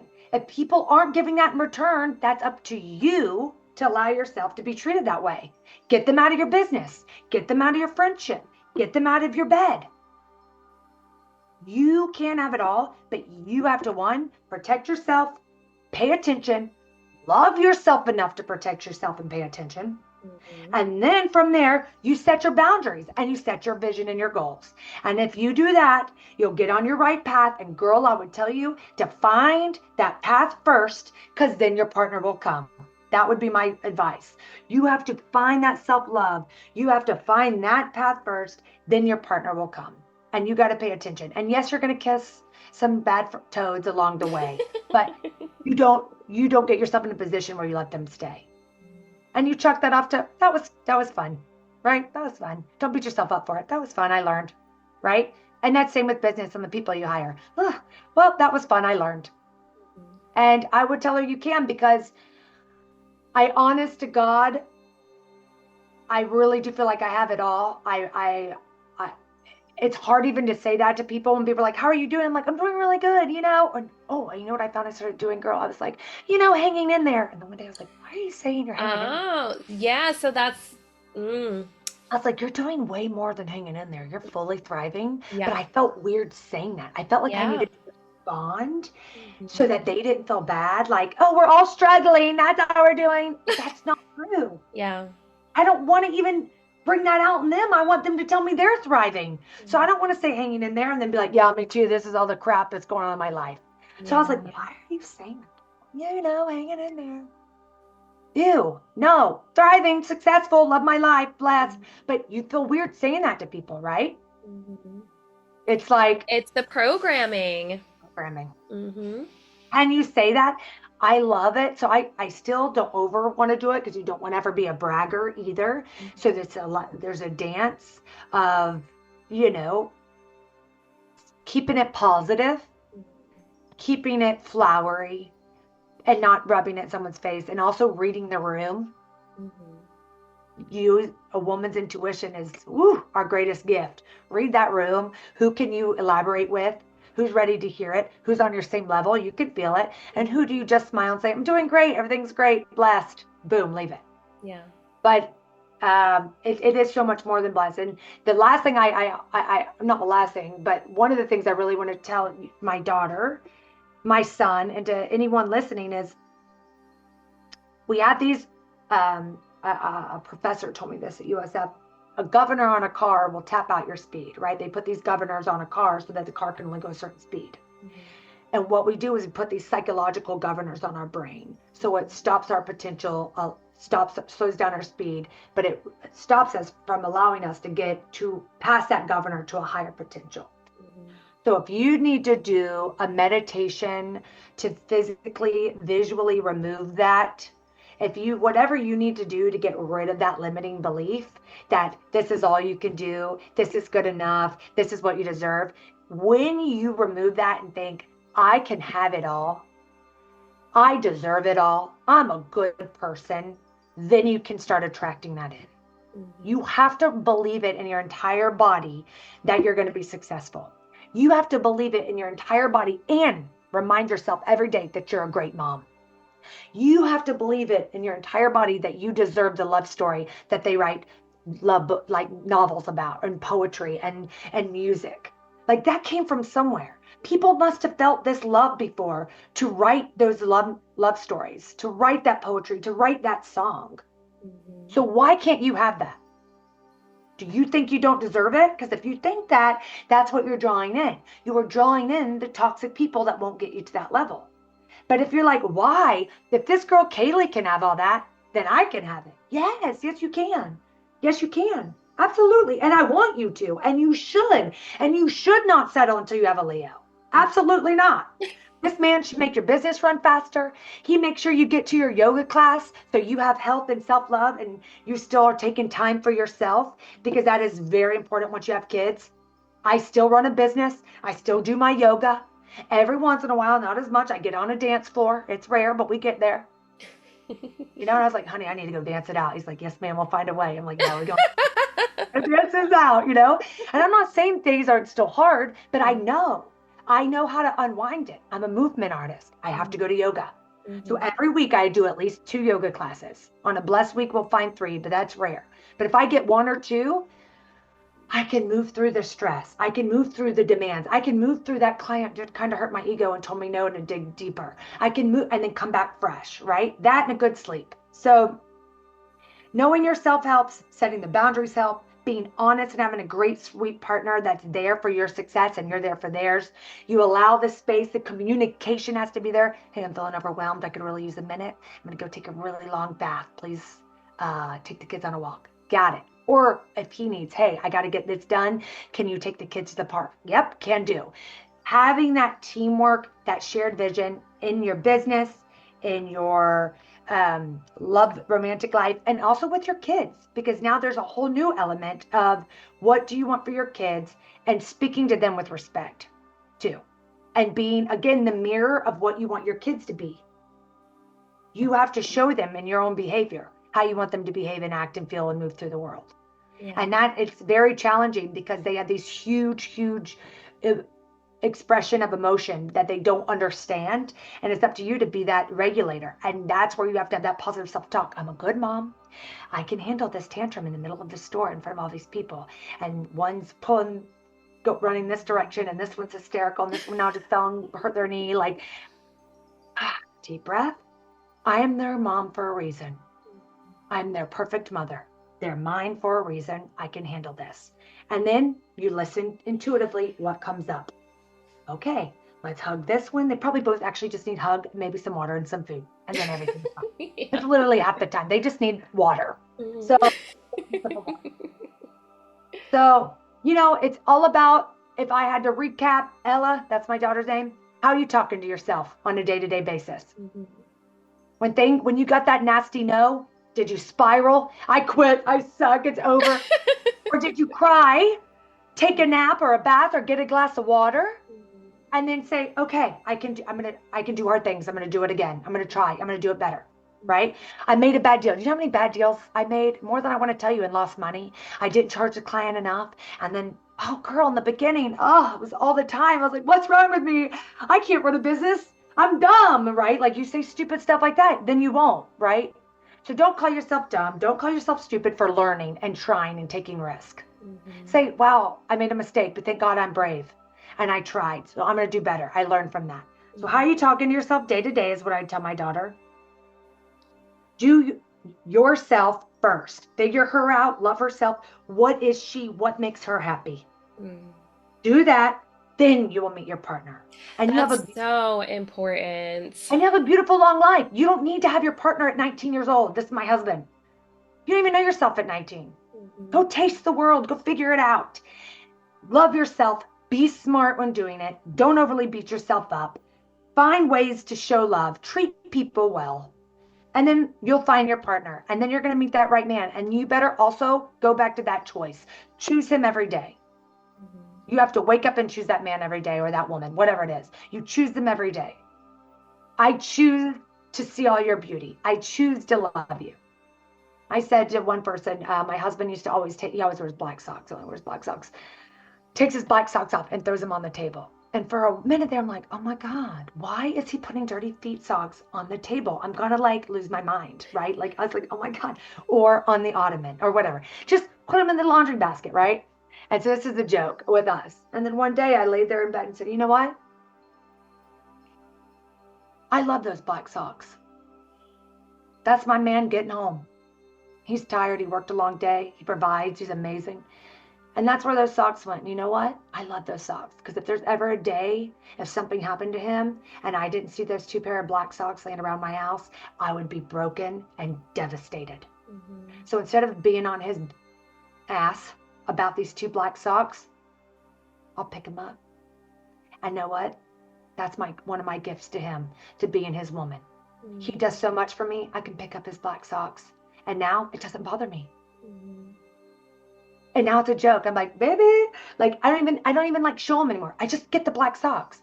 And you know what? Over time, he started putting them in the thing because I didn't bitch about it. I just picked them up. And now more than often than not, I don't have to pick them up anymore. They made it in the basket. But every once in a while, those 2 black socks are somewhere and I smile on it because you know what? My man's home. My man is home. And when everyone in my whole family is home, my soul is rested. We're safe. We're all in one roof. So instead of making that a thing to be mad and make him bad, he's so great. So what? I'm not perfect. I'm sure he wishes my makeup bag wasn't always on the sink. You know? So like it's what you point out will grow. So I started loving those damn socks. And now if I ever didn't have those 2 black socks floating around my house, that means something's wrong. That's a bad day, right? So I love those socks. And that's just a little thing to look at. Like when you have a partner, continue to see them, let them glow forever. And the more they glow, the better the love is, right? So there's that too. Yeah. There's it. I love my life. You dropped so many gems. There's so much to gain from this. I wanna finish it off. I love the quote. It's just echoing in my brain, back to the magic. But I feel like for me, being an artist, being a musician, like I know how to get back to the magic. But if there is a woman listening who has kind of followed what society said to do, go to college, get a job, but like she never found her magic to begin with, how can someone who's like, I don't even know what the magic feels like, how can they start to discover what magic feels like for them? Okay, well, that's an amazing question. And I was trying to find my magic. Let me think back to what I was doing. I was trying on different hats. That's what I did. I was like, I think I like this. Maybe you go take a class in something. Like maybe when I do this thing, you have to slow down and see how you feel in it, right? When I do this thing, I feel happy when I'm here.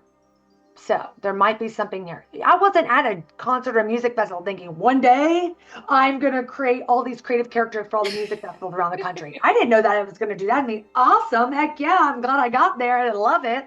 But I didn't even know that was a job. Right? So like, I had to just say, this feels good when I'm here. What can I do with this? This feels good when I'm here. What can I do with this? So go out, try things, take classes. Put yourself in maybe a little bit of an uncomfortable situation because you're taking that risk. You're taking that first step and then notice how you feel. If you don't like it, okay, you don't like it, don't go back. If you do, maybe you go again. And then you talk to people. You get in the community and ask questions like, hey, how did you get into this? What did you do? People want to share. We want to share by nature. That's like what we are. Like we want to connect. They'll tell you, oh, I actually did X, Y, and Z. Then you go home and you Google it. And then you know what you do? You put it into the world and you ask for it. And you say, whatever you believe in, show me what I should do next. Show me what I should do. And then when you get that green flag, pay attention, and then you have to take action. Because I think we're constantly getting the green flags or the white, whatever you want to call it, the magic. It shows up, but we don't go and get it. Yeah. We say, oh, I don't deserve it, or oh, I couldn't do that, or oh, that's a risk. No, I got to stay in my safe space. And so then the magic's there and that little, the magic's dropping, but you didn't go take it and put it on. You didn't take that magic and start wearing it. So if you're going to take these steps, if you're going to offer that up to the world and say, please show me, bring this in, and then it shows, you have to have the confidence to believe that you deserve it, that self-love, to go and grab it when it starts showing. And know it comes little at a time. It's not going to just be, ta-da, here's the new job, perfect. It's like little pieces of magic, because you only can handle it in little pieces, because it'd be way too overwhelming if the whole thing just came at you at once. You know what I'm saying? Like, that would be its own anxiety. Like, well, that's a lot of magic. Like, can I handle all that? Holy shit. So, like, you know, it's going to sprinkle it in on you. And you got to have the confidence and the love and the joy to take that magic as it comes, and pay attention to those green flags when they show themselves. Go pick that flower and start that direction, and do it slowly but surely. And then by the time you're fully living in it, it was a bunch of small magical steps, and now you're in it. So that's what I would say. You have to take the risk, then follow up on it. Get into your community, ask questions, and pay attention to what your body's telling you. Are you happy in that place? Does that make you feel good? Yeah. That would be what I would say. I absolutely love it. And you are such an inspiration. Thank you so much for taking your time to share your story. I know this is going to inspire a lot of women. If someone was to follow you on social media, where can they find you? I don't post too much on like a personal, so I would just say Aerial Dragons, and you can kind of see the wild creative stuff that myself and my team are coming up with. And, you know, I have a dream to do a TED Talk one day, so hopefully that happens, and Yeah. we'll see. I'm trying to manifest that. I did just start writing some ocean conservation children's books. So I just sent the first one off to get edited by an editor, and then I have a meeting with an illustrator, so I'm really excited. We'll see where that happens. So that'll be called Sterling and the Ocean Guardians. And so it's all about these like underwater creatures that are doing ocean conservation and teaching the kids about, you know, our impact on the ocean. And just keep, you know, that those are some things where you'll see hopefully pop up and come into fruition. And really, I guess if anybody's made it this far and listened to me ramble, at the end of the day, I just want everyone to love themselves and be happy. I feel like if more people were happier inside, we'd have a nicer world. Yeah. And I know hard things happen. I know bad things happen to people, that it's not their fault. And I know that's a lot of hurt and sadness that comes. And I don't know, I don't know the answers on how to help hold everyone's hand through those moments, or that sadness, or that grief, or that pain. But if I could hold everybody's hand, I would just say, you're worth it. You deserve love.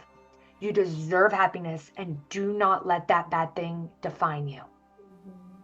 You are more than that. If you even need to take that bad thing and turn it into power, and maybe that's where your magic actually lies, to help other people in that situation, to help combat those situations. So just know you are magical. You were made exactly who you are for all the reasons that we're supposed to be. Like, you are that perfect person, and you deserve everything.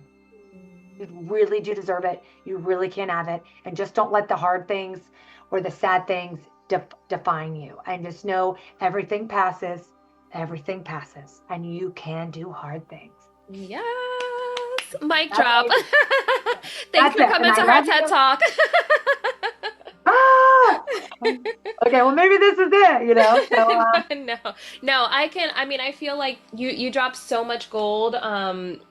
I have listeners all around the world. I really hope that you continue to be on podcasts and work your way to that TED Talk, because I feel like showing women that you can have it all, you can do it. Like, we need more examples of this. When I was thinking about how many women do I actually know, like, you have like examples like Sarah Blakely, for example. I love Sarah Blakely, but she's pretty much a celebrity. So like, we don't really know, you know, the behind the scenes. I'm like, I need real life examples of people that I know personally that are crushing it, and you were the first person that came to mind. I also reached out to Jessica, so I'll have her on the show as well, but you're crushing it. Like, you are crushing it. Like, you are thriving. So you have the thriving business, which is amazing. Like, everyone in Tampa knows Aerial Dragons. Like, you've been crushing it consistently and growing. You have the husband, you have the beautiful ceremonies, you have the children. Like, your children are adorable. You just, I saw you went on vacation. Like, you are thriving. Like, you are the example of like what people strive to be. So having a real life example and people seeing someone like it is possible, it inspires people because they know it's within reach if someone in real life, like not just a celebrity, is Right. doing it. So, yeah. And the fact that you're even adding more like children books and like you're crushing it. I think first off, whoa, and thank you. And what a compliment. And I'm going to marinate in this and remember these words, right? I'm going to keep them. So on my day that I'm feeling not like I'm crushing it, I'm going to remember this podcast and remember everything you just said to me. And I'm going to use that as my fuel, right? To keep Yeah. the fire going and to run off. And that's really important. And I'm not going to listen to the thoughts like, ugh, I'm going to replace it with this. So thank you Yeah. for that, for even seeing me like that. I was nervous to do podcasts. I usually don't really do stuff like this because maybe that's my thing. Like, no one really wants to hear me talk. Like, who am I? I'm nobody. I'm just like, what do they want to hear me say? Right. So, like, this was something I even had to overcome today. Be like, you know what? Just go be organic and don't overanalyze what you say. Mhm. Just whatever comes out is right. And and that was my self talk today. Like, don't overanalyze it. Just be authentic and whatever comes out is what it was supposed to be. So I tried to do that. Hopefully it was okay. It was amazing. It was amazing. Oh my Thank goodness. you And I'm so honored much. you even wanted to talk to me. And just remember, like, time does work with you. And once you start doing what you want and you like, I'm telling you, it's so much easier than doing the job you hate. Mhm. That's draining you. So then when Yeah. you get home, you're like, I don't have time to write a children's book. That's what I want to be as an author. But I don't have time because I was drained for 8 hours that day. Mhm. And now I'm so exhausted, I don't even want to cook. Mhm. I just want to eat whatever and just lay here on the couch and then go to bed because I'm exhausted. But when you're doing something that's filling the cup, time Mhm. starts working with you. So then you do have the time to be like, you know what? I had kids and our ocean's messed up and I need something that means more. I need to have something that's bigger than me that I leave on this planet and for them. So I wrote a book and they're the characters, obviously, it's just the mermaid and the dolphin. So that started coming out. And I'm like, I don't know what this is. Maybe I put it on Amazon. Maybe my mom buys it. And that's like, that's where we're at. So we'll just see, but I'm taking the risk. I have no idea what I'm doing. This is a whole new field, right? And maybe the vision for that will grow. But right now, I just want something for my kids and something beautiful that just came in my brain. So I put it on paper and I'm taking small, slow steps towards the magic. I wrote these books. I've written three. I wrote them 9 months, 10 months ago. I just submitted it 4 weeks ago to an editor. I didn't know where to go, what to do. I'm getting in there. I'm asking questions. I'm Googling stuff. Probably overpaying for some stuff right now. You know what I'm saying? Like, but I'm learning. And by that Yeah. third or fourth book, I'll know, okay, I didn't need that. Do this. I don't know how to get an illustrator. I'm like Fiverr, this, I don't know. So I'm asking the question. So perfect example of not knowing where to start. Just start. Yeah. Taking the leap. Just start and believe that if you put love into it, something will come of it. And the more love you put, more things will come of it. So if you do things that you love, you have more time to do more things you love. I think that also is 100% true. And I am so proud of you from what I'm watching. I think you're crushing it. So Oh, just thank remember, you. I'm like, look at her go. You're here. You're doing your sound bowls. You got people floating in pools. I'm like, I want to go to that. Like, you doing your sound bowls or people are floating in water. Like that's a dream. And I Thank really you. feel like you could do that for mothers that are pregnant. All I wanted to do was float when I was Mm. pregnant. That's all I wanted. I kept telling myself I just need to be weightless because it's so heavy. Mhm. Um, so maybe that's a thing you could get into is doing that singing bowls and floating for pregnant women. Yeah. Girl, because like that is all I would say over. I just need to go float. So there's an idea that popped up. So Yeah. I think you're crushing it too, and you're taking Thank risks. you. And remember, you know the hard things. That's not for everybody else. You like we don't know. So just put out what you want to have and speak the language you want to have. If someone asks how you're doing, I'm doing great. I'm pushing hard. I'm successful. I'm blessed. And then that will keep happening. Yes. Thank you so much. You're I love you, amazing. girl. Thank you. I'm honored. Okay. And then I hope to see you soon. And thank you to everybody that listened. And I hope some way you felt inspired and, you're smiling. Yes. Thank you for tuning in to the Abundance Hack Show. I would love to hear from you. Leave your comments and questions, and don't forget to subscribe so you don't miss any of our yummy episodes. Every time you leave a 5-star rating or review, I do my happy dance.